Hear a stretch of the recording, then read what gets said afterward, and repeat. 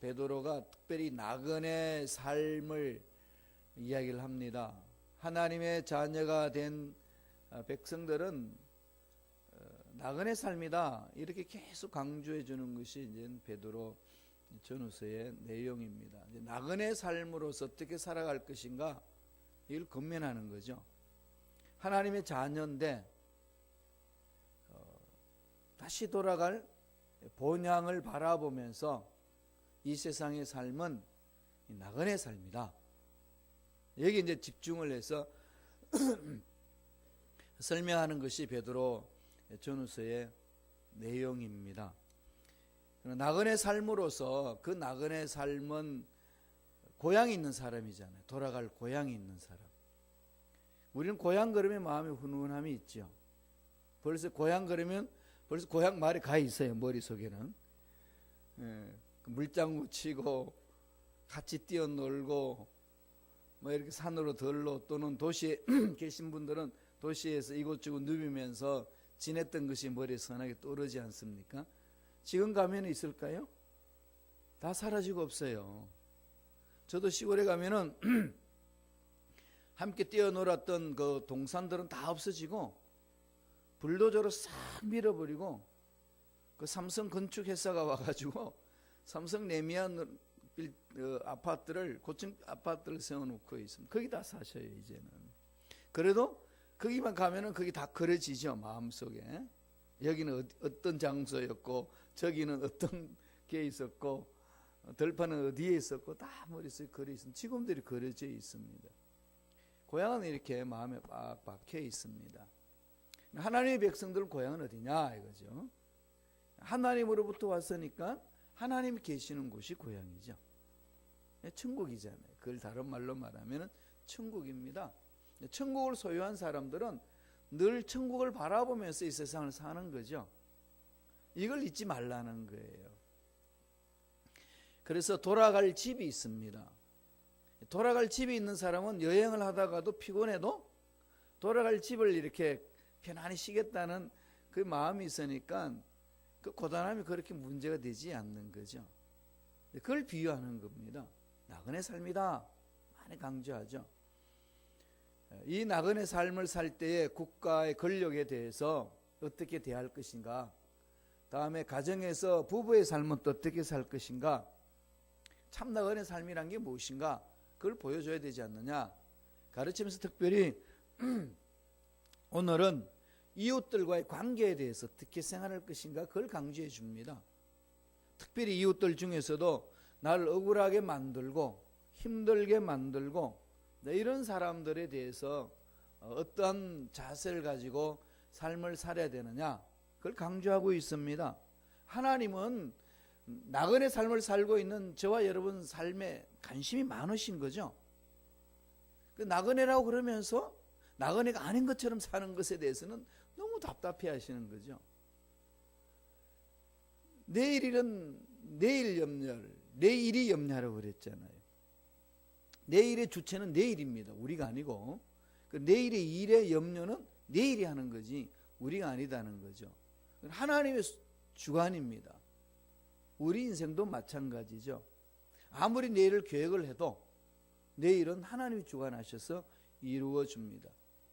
그러나 내일 일은 내일이 염려하라 이 말은 염려하지 말라는 거지 계획을 세우지 마라, 준비하지 마라, 대비하지 마라 이 말은 아닙니다. 수많은 근심 걱정이 일어나지만은 대비하는 거죠. 하나님 어떻게 해야 됩니까? 묻는 거잖아요. 그건 하나님이 주관하실 거니까 하나님께 물으면서 가는 걸 말합니다. 그래서 늘 나그네 삶을 사는 우리들에게 하나님은 관심을 갖습니다. 그러면서 가르쳐 주는 거죠. 내가 기뻐하는 삶은 이런 삶이다 라고 이야기합니다. 오늘 본문을 통해서 세 가지로 말씀합니다. 하나님이 무엇을 기뻐하시는지. 첫째로 선한 마음을 가지는 것을 하나님 기뻐하는 거죠. 나그네 삶은 선한 마음을 가지는 거다. 선한 마음을. 세상이 악해도 선한 마음. 노아도 그랬죠. 노아의 홍수시 있기 전에 세상이 정말 악했습니다. 죄가 너무 관영했어요. 그래도 노아는 하나님의 은혜를 입었더라 그러잖아요. 은혜를 입었더라, 이게 무슨 의미라고 그랬죠? 입었더라 히브리 원어를 바라보면요, 맞자로 되어 있습니다. 맞자가 뭔가 하면은 찾았더라, 간절히 찾는 거예요. 은혜가 없는 곳에서 은혜를 찾습니다. 절망이 있는 곳에 희망을 찾습니다. 안 된다는 곳에서 되는 것을 찾습니다. 그게 노아의 삶이었다라고 강조해 주는 거죠. 그걸 그냥 은혜를 입었더라, 그렇게 표현을 합니다. 하나님이 주관하신다는 사실을 믿으면은 절망에서 희망을 찾는 거지요. 어떻게 하면은 이 절망 가운데서 희망을 찾아서 나갈 것인가, 그걸 하나님 앞에 부르짖고 매달리는 거잖아요. 그게 하나님의 능력을 믿는 사람은 그렇게 찾는다는 거죠. 그래서 당대의 의인이었다, 이렇게 이제 노아를 표현을 합니다. 오늘도 베드로가 나그네 삶을 사는 저와 여러분에게 권면합니다. 하나님 기뻐하시는 마음은 선한 마음이다. 선한 마음을 가져라, 선한 마음을 찾으라, 이것을 이야기하는 거죠. 선한 마음으로 삶을 살아내라는 겁니다. 본문 베드로전서 3장 8절을 보겠습니다. 읽었습니다만 한 번 더 읽어보죠. 천천히 읽습니다. 마지막으로 말하노니 너희가 다 마음을 같이하여 동정하며 형제를 사랑하며 불쌍히 여기며 겸손하며, 여기서는 마지막으로 종말로 말하는 것이 아니라 결론적으로 내가 말하는데, 사람과의 관계에 있어서는 결론적으로 내가 말하는데 이렇게 해라, 그 얘기입니다. 말씀을 보면 어떻죠? 다 마음을 같이 하라는 거죠. 그럼 동정하라는 거죠. 형제를 사랑하며 불쌍히 여기며 겸손하라는 거죠. 이게 한마디로 딱 결론 내리면 뭐죠? 선한 마음, 착한 마음, 이 마음이 중요한 거죠. 하나님과 동행하는 사람은 선한 하나님이시기 때문에 하나님의 성품을 닮아가야 됩니다. 이걸 배우는 겁니다. 마음을 막 악하게 해도, 마음을 답답하게 해도 선한 하나님의 마음을 자꾸 품는 거죠. 그게 하나님을 살아가고 하나님 능력을 체험하는 나그네의 삶이라는 겁니다. 8절에 보면은 그렇게 하는 것을 4가지 방법으로 가르쳐 줍니다. 선한 마음을 갖는 방법에 8절 하나씩 보시죠. 마음을 먼저 같이 하라는 거죠. 여러분 생각이 다 다른데 어떻게 마음을 같이 하는 거죠? 가치관이 다 다르고 의견이 다 다른데 어떻게 마음을 같이 하는 건가요? 한 아버지 아래에서 다 자녀라는 사실, 아버지가 원하는 마음이 뭐냐, 아버지 마음이 어디 있느냐, 여기에 늘 집중하는 거죠. 그럼 아버지 마음을 찾는 것은 다 방법이 다르고 가치관이 달라도 의견이 달라도 한 마음으로 뭉쳐질 수 있다는 거죠. 늘 하나님 아버지 마음에 집중하는 게 중요합니다. 어느 기자가 정신병원을 이렇게 방문했습니다. 좀 그 상황이 어떤지. 그 정신병자 수용소를 방문했는데요. 그런데 그 입구에 관리인 한 명만 딱 지키고 있었습니다. 그래서 그 정신병자들이 수백 명이 있는데 어떻게 당신은 관리인 한 명만으로 딱 지키고 있고, 다른 데서 이제 의사병동에서 이렇게 와서 치료하고 관리인 한 명이냐 물으면서, 왜 한 명이고 한 명이라는 그 자체 두렵지 않습니까? 그들이 똘똘 뭉쳐가지고 문을 차고 나오면 어떡하려고 한 명이 지키고 있냐 했더니 그 관리인이 그럽니다. 전혀 두렵지 않습니다. 그래, 어떻게 그렇게 두려워하지 아니하고 이게 수백 명이 되는 이 사람들을 관리할 수 있었나 했더니, 기자님, 미친 사람들은요 결코 하나가 되지 않습니다. 정신병자들은 절대로 하나로 뭉치는 법이 없대요. 절대로 하나로 뭉쳐지지가 않는다는 겁니다. 자기가 경험해보고 정신의학자들이 이야기하는 얘기는, 이 정신병자를 앓고 있는 사람은 절대로 하나로 뭉치지 못한다는 겁니다. 그렇기 때문에 전혀 여기에 대해서 소동이 일어날 것에 대한 두려움은 하나도 없다는 겁니다. 그래서 관리인 한 명만 딱 있어서 문 관리만 잘해주면은 전혀 폭동 같은 건 일어나지 않는다는 겁니다. 마음이 나눠진다는 거죠. 오늘 현대인들이 예수 그리스도 안에서 한 아버지, 한 사랑, 한 성령을 체험함에도 불구하고 우리가 하나 되지 못하고 있는 것은 각자의 생각대로 가버리기 때문에 그런 거 아니겠습니까? 어디로 향하면 될까요? 늘 아버지 마음, 나를 향한 아버지 마음, 너를 향한 아버지 마음, 교회를 향한 아버지 마음이 뭐냐? 여기에 집중하면은 하나님은 안 되는 걸 되게끔 하는 것을 처음게 하시는 게 살아계신 하나님 아니겠습니까?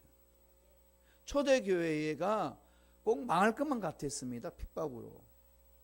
교회도 없었고 재정도 없었고 지도자들은 감옥에 잡혀가고 정말 초토화되는 줄 알았습니다. 그런데도 불구하고 그들은 동굴에 숨어서 기도하고 집에서 모여서 기도하고 뭉쳤습니다. 하나님이 그를 통해서 위대한 기적을 일으켜 주시는 거죠. 이게 기독교 공동체가 갖고 있는 힘입니다. 우리가 이걸 체험하지 못하면은 그건 교회 아니에요. 그건 있을 필요 없어요. 교회는 안 되는 것을 체험하는 것이 교회입니다. 누구를 인하여서? 하나님을 인하여서. 그래서 한 마음을 가져라. 아버지를 향해 한 마음을 가져라 그럽니다. 또 하나는 선한 마음을 갖는데 어떻게 하라는 거죠? 한 마음을 가졌으면은 동정심을 가지라는 거죠. 깊은 동정. 그러니까 마음을 같이하여 동정하는 것, 감정이입을 하는 거죠. 이게 사도 바울이 로마 교인들한테 권면했습니다. 아파하는 자들과 함께 아파하고 우는 자들과 함께 울고 기뻐하는 자들과 함께 기뻐하라. 이게 그리스도인의 삶이라는 거죠. 이걸 뒤집지 말고, 세상은 자꾸 뒤집잖아요. 뒤집지 말고 함께 동정을 해주고 감정이입을 하라, 이 얘기입니다. 목표를 향해서 달려가는 것도 정말 중요한데요, 옆에 있는 사람을 손잡아서 같이 가는 것, 그것도 정말로 중요합니다. 이 두 가지를 하라는 거죠. 하나님은 주신 비전 향해서 달려가는데 넘어져서 허죽거리는 사람을 잡아주는 겁니다. 미국 로스앤젤레스에 열린 장애인 체육대회에서 일어난 사건이었습니다.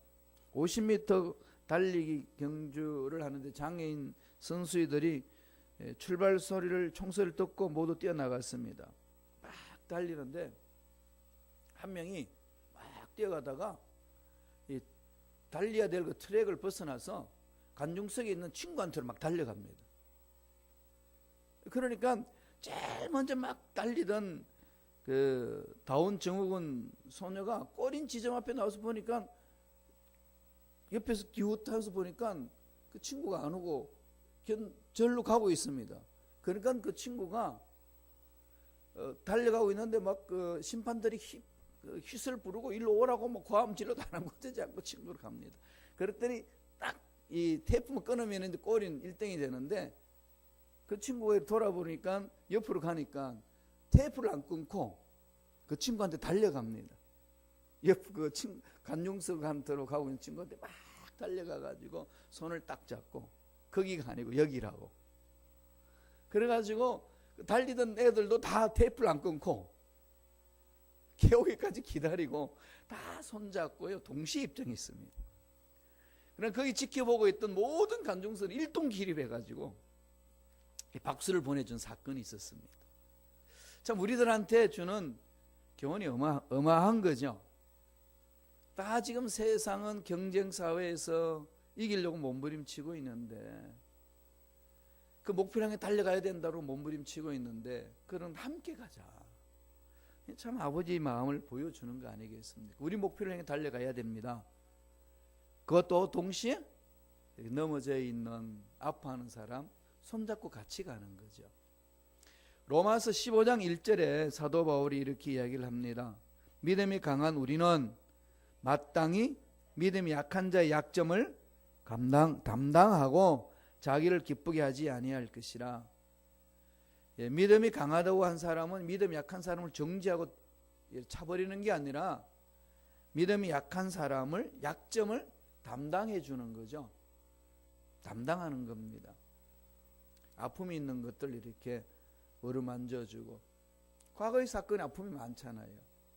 또 과거의 사건이 없는 사람이 어디 있습니까? 그런 걸 다 보듬고 안고 같이 가는 거죠.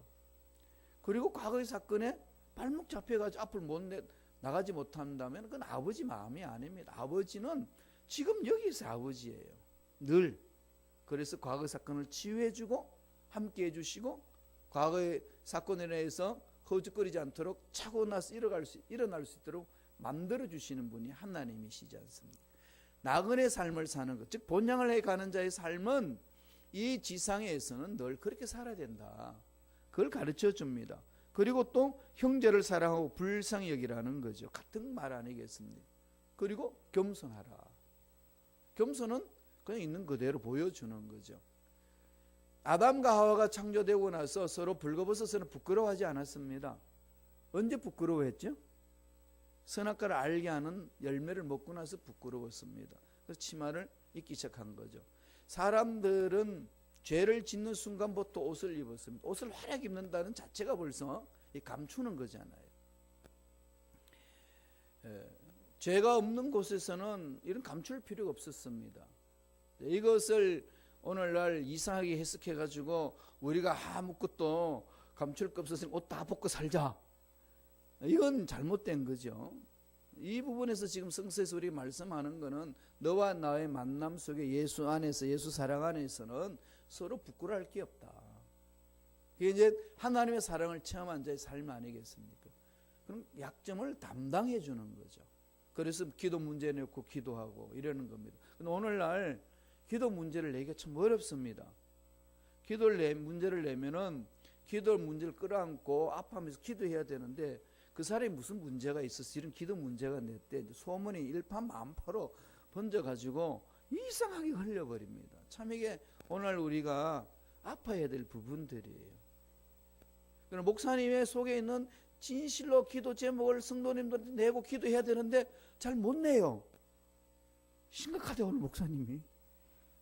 정말 심각한가 봐.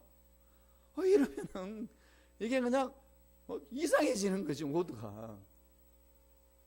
이런 데서는 하나가 되게 좀 어렵잖아. 이건 정말 우리가 말씀 안에서 우리 자신 돌아보면서 하나씩 만들어가야 될 필요성이 있는 거지요.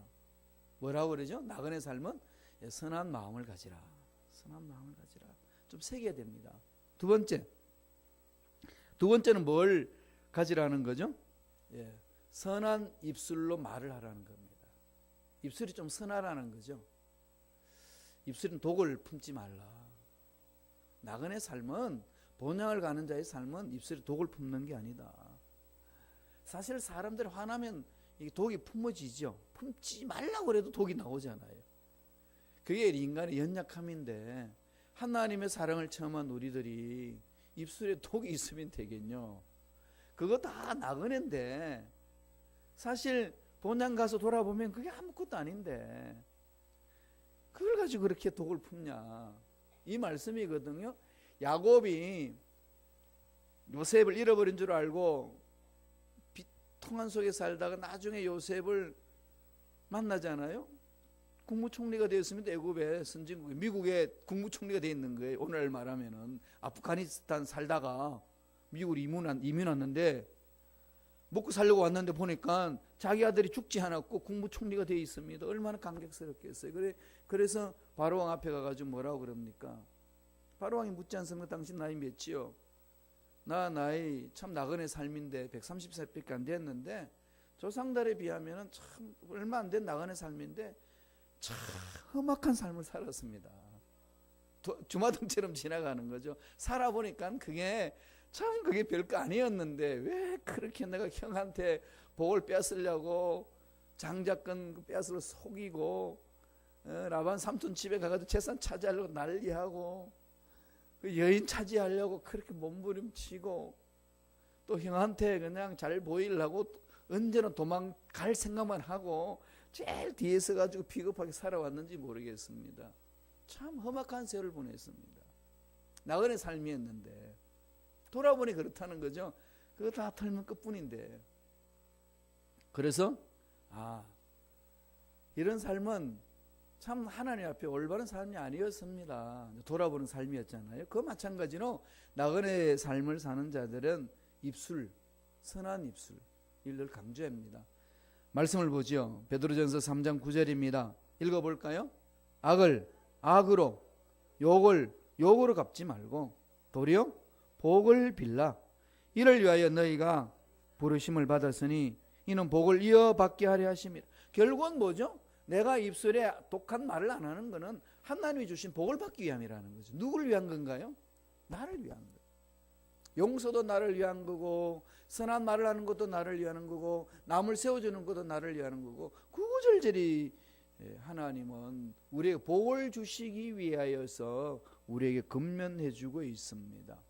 결국은 내 영혼이 소생케 되는 거니까, 결국 내가 살아나는 길이니까 그렇게 하라는 말씀이죠. 본문 10절에도 그 말씀을 합니다. 한번 읽어보죠.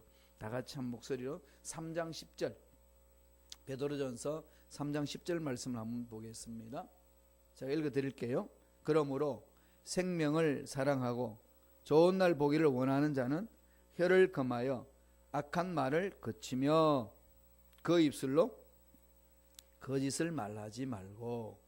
뭐 하는 사람은 그러죠? 생명을 사랑하고 좋은 날 보기를 원하는 자, 나그네 삶을 살다가 본향으로 가는 그 본향에서 살아계신 하나님을 만나기를 원하는 자의 삶은 혀를 금하고 악한 말을 그치고 그 입술로 거짓을 말하지 말고 서로 북돋아주고 절망 같은 상황 속에서 희망을 찾아봅시다. 안 되는 일이지만 되는 길이 뭐가 있는지 우리 찾아봅시다. 정말로 하나님 앞에 무릎을 꿇고 기도하면서 세워주는 거죠. 말 한마디가 사람을 살린다고 그러잖아요. 그래서 정말로 기도의 중요한 부분을 받았으면은 비밀 누설하지 말고 그 기도 제목을 부여잡고 몸부림치면서 기도해주고 세워주는 거죠. 이게 이제 나그네 삶에 하나님 기뻐하시는 삶이 된다는 거 강조를 해줍니다. 마지막으로 세 번째로 말씀하는 것은 선한 행동으로 실천하라는 거예요. 선한 행동으로 실천하라. 실천을 하는데 선하게 좀 실천해 주라. 늘 오늘은 이 선한 하나님 아버지 마음을 담아서 선한 마음으로 살고 선한 입술로 선한 말을 하고 선한 행동으로 선하게 실천을 해라. 그게 나그네 삶이다. 너무 상식적이면서도 너무 중요한 말씀을 우리에게 가르쳐 줍니다. 베드로전서 3장 11절에 그 말씀을 하고 있어요. 다 같이 읽습니다. 악에서 떠나 선을 행하고 화평을 구하고 그것을 따르라. 그것을 따르라. 히브리 말로는 말라크 그러죠. 하나님과 동행한다. 에녹도 하나님과 동행했더라 이거죠. 늘 하나님 나라의 윤리는 하나님과 동행하는 거죠. 죄가 아무리 많아도 하나님과 동행하는 자들은 죄악에서 벗어나는 삶을 살았습니다. 이겨냈습니다. 그게 뭘까요? 악에서 떠나는 거죠. 사실 악한 데서 떠나기 쉽지 않습니까? 이 세상에, 그죠? 퍽 하면 넘어질 수 있는 거 아니겠습니까? 하나님과 동행할 때만 가능합니다. 하나님의 능력, 하나님의 은혜, 하나님의 사랑, 이런 것들을 늘 마음판에 새기면서 가면은요, 그런 사랑이 내 속에 넘쳐나는 거죠. 우리가 수요일 날 하나님의 기적에 대한 기적 시리즈를 지금 창세기부터 요한계시록까지 살펴보려고 지금 창세기부터 하나씩 보고 있습니다. 왜 제가 그것을 택했냐면은 사람은 생각하는 대로 되거든요. 생각하는 대로 믿고 생각하는 대로 말하게 되고 생각하는 대로 행동하게 됩니다. 그럼 늘 기적의 사건을 생각하고 묵상하고 공부하고 연구하고 바라보면은 내 삶은 기적으로 뭉쳐지는 거예요. 그러면 언젠가는 때가 되면 하나님의 기적을 허락해 주시는 것을 맛볼 수 있기 때문에 그렇습니다. 늘 그래서 하나님은 우리에게 말씀하실 때 믿음을 강조하시고 주님도 지상에 계셨을 때 선포한 게 뭐였습니까? 내 믿음대로 될지어다. 우리가 믿음대로 되는데요, 난 믿음대로 안 됩니다 라는 분들은 정말 믿음을 한번 뜯어보세요. 믿습니다 그랬다가도 돌아서면 문제 앞에서는 안 믿는 게 너무 많습니다. 그래서 기도하고 나서도 응답받으면 야, 나 이런 좋은 일이야 왜 이렇게 생겼지? 기도했다는 사실조차 잊어버릴 때가 얼마나 많은지 몰라요. 그만큼 연약합니다 우리가. 늘 제가 말씀드렸지만 문제 앞에서 믿지 않는 것은 뭐라고 그랬죠? 실천적 무신론자. 실천적 무신론자, 이 단어 꼭 외워놓으세요. 실천적 무신론자. 정말로 믿어야 될 때 안 믿습니다. 그러나 내 믿음대로 될지라고 하나님이 선포하시는데 믿음이 없어. 그럼 기도의 속에는 믿음이 있는데 막상 문제 앞에서 믿음 밀고 나가지 못. 믿음이 쭉 밀려서 가야 되는데, 끝까지 가줘야 되는데, 응답이 될 때까지 믿고 가야 되는데, 가다가 믿음을 놔버리는 거죠. 여기에서 능력을 나타내지 못하기 때문에, 그래서 제가 고민하다가 찾은 것이 그냥 365일 내내 그냥 머릿속에 그냥 기적을 심자. 그러면 어딜 가든지 절망 앞에 서든지 기적이 그냥 흘러 넘쳐나서 기적을 마침내 체험하게 되리라. 여러분, 코카콜라 회사의 회장이 뭐라고 그랬어요? 내 피는, 내 몸속에는 뭐가 흐른다고 그랬는지 압니까? 코카콜라가 흐른다고 그랬어요. 피가 흘러야 되는데 그만큼 코카콜라에 대해서 집중했다는 거 아니겠습니까? 좀 하나님 말씀에 한번 집중해보고요, 한 기적에 집중을 해보자고요. 그러면은 이건 막 무의식 속에서도 뭐 나오면은 툭 튀어져 나오는. 늘 생각하는 것이 그냥 자기도 모르게 입술로 삶으로 표현되어지거든요. 오늘 베드로가 건면합니다. 악에서 떠나 선을 행하고 화평을 구하며 그것을 따르라. 그렇게 나아가게 되면은 결국은 이 본향을 향한 나간의 삶은 하나님이 기쁘시는 삶이라는 거죠. 그래서 이렇게 결론을 내립니다. 베드로전서 3장 12절에 주의 눈은 의인을 향하시고 그의 귀는 의인의 강구에 기울이시되 주의 얼굴은 악행하는 자들을 대하시느니라 하였느니라. 주의 눈은 누굴 향한다는 거죠? 의인을 향하는 거죠. 아버지 약속의 말씀이 그대로 될 줄로 믿습니다라고 몸부림치는 그를 주님은 집중하신다는 겁니다. 그 믿음 보시고 때가 되면 하나님은 우리의 문제 풀어주시고 필요한 기적을 허락해 주실 줄로 믿습니다. 나그네 삶, 하나님이 기뻐하시는 이 나그네 삶을 살아내는 저와 여러분 되길 간절히 축원드립니다. 기도하겠습니다. 하나님 아버지 감사합니다. 나그네 삶을 어떻게 살아야 되는지 말씀을 통해서 가르쳐 주시니 감사합니다. 하나님께서 기뻐하시는 나그네 삶, 늘 선한 마음을 품고 살게 하시고 늘 선한 입술로 선한 말을 하게 하시고 늘 선한 행동으로 선한 실천을 함으로 하나님께 영광 돌려서 하나님 우리 믿음 보시고 내 믿음대로 될지어다 기적을 맛볼 수 있는 우리 모두가 되게 축복하여 주옵소서. 예수 이름으로 명하노니 하나님의 자녀들을 괴롭히는 마귀는 떠나갈지어다. 약속의 말씀을 믿지 못하고 흔들고 혼란케 하는 마귀는 사라질지어다. 환경 앞에서 주저앉아버리게 만드는 사탄은 떠나갈지어다. 앞날은 열려질지어다. 물질의 복이 임할지어다. 자녀의 앞날에 형통한 복이 임할지어다. 예수 이름으로 명하노니 머리부터 발끝까지 모든 육체 질병도 깨끗하게 낫는 역사가 일어날지어다. 하나님 기적을 기대합니다. 믿고 나아갑니다. 역사하여 주옵소서. 은혜 감사의 귀한 예물 드렸습니다. 예물 드린 손길 축복해 주시고 은혜로 더하여 주옵소서. 감사하고 예수님 이름으로 축복하며 기도합나이다.